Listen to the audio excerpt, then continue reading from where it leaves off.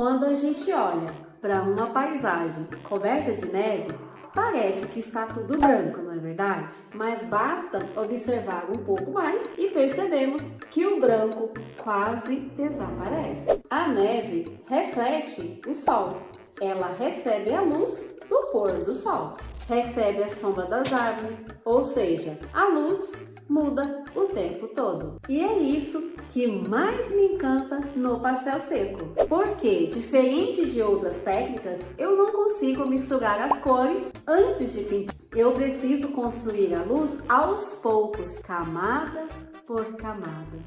São pequenos fragmentos de cor que, vistos juntos, transformam em luz. Nosso olhar transforma em luz. Hoje eu quero te explicar nesse vídeo exatamente esse processo. Não é um vídeo de como ensinar a pintar neve, é como entender a luz no pastel seco. É um estudo de como a luz acontece na neve. É como o pastel seco consegue transformar pequenos pigmentos em uma sensação de luz. Antes de pensar na neve, eu preciso decidir que luz existe nessa paisagem. Porque neve não tem luz própria. Ela repete aquilo que o céu oferece. Eu sou a Cris Fonseca e aqui você aprende luz no pastel seco de verdade. No pastel seco a gente não mistura pigmento, a gente mistura a luz no olhar de quem observa. Aqui eu dedico um tempo no céu antes de ir para a neve. É ele que vai definir a atmosfera de toda a paisagem. A luz que vai aparecer na neve nasce primeiro aqui em cima. Aqui eu misturo as cores já pensando na sensação da luz. Observe só e perceba que a luz não está organizada em faixas. Elas atravessam, se fragmentam e vibram, uma do lado da outra. É isso que faz o céu ficar luminoso. A luz não é uma camada que eu acrescento no final. Ela começou a ser construída desde a primeira cor que entrou no papel. Essa parte aqui da neve talvez seja a que mais me fascina no pastel seco. Diferente da tinta, eu não posso colocar as cores numa paleta e sair criando exatamente o tom que quero. No pastel seco, essa mistura acontece no olhar. Eu deposito pequenas áreas de rosa, amarelo, azul, azul esverdeado, lilás, roxo, laranja. É o nosso cérebro que une tudo isso e transforma numa superfície iluminada. É uma mistura óptica. Por isso eu digo que no pastel seco, pintar não é misturar pigmentos. Se você gosta do estudo de luz no pastel seco e faz diferença para você, já deixa o seu like. Aqui eu estou sempre construindo as relações entre as cores, temperatura, volume, vibração.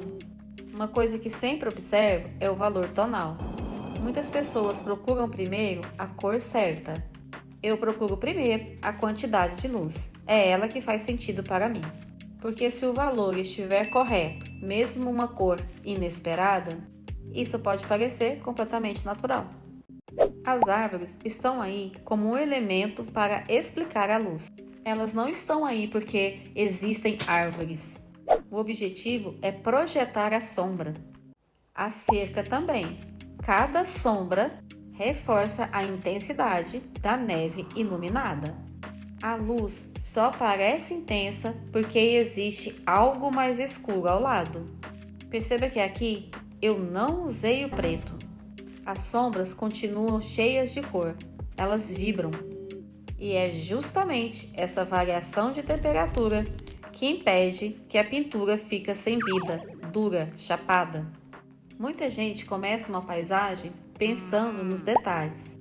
Eu começo pensando na atmosfera. Porque quando a atmosfera está correta, os detalhes passam a fazer sentido dentro da luz.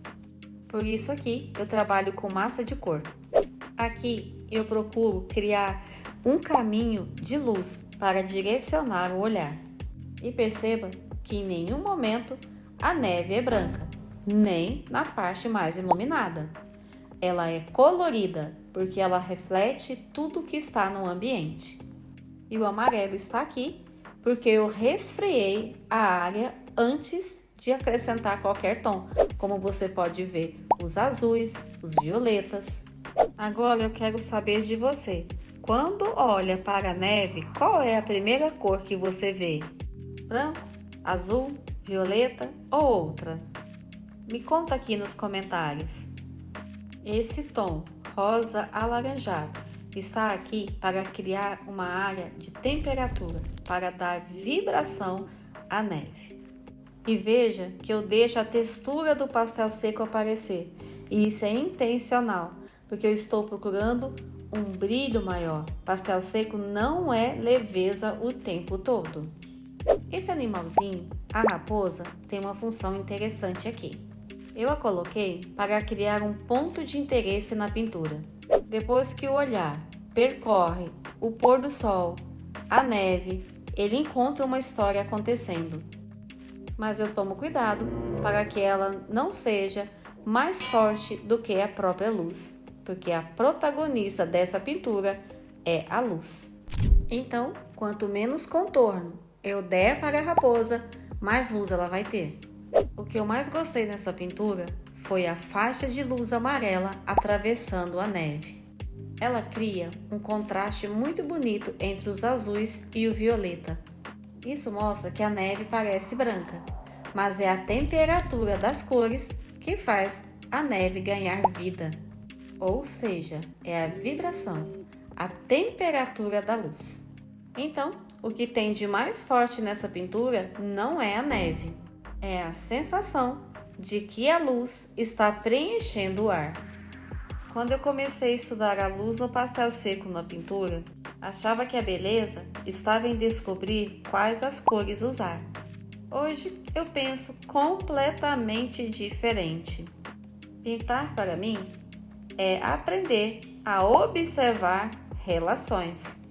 Relações entre quente e frio, relações entre escuro e claro, entre presença e silêncio.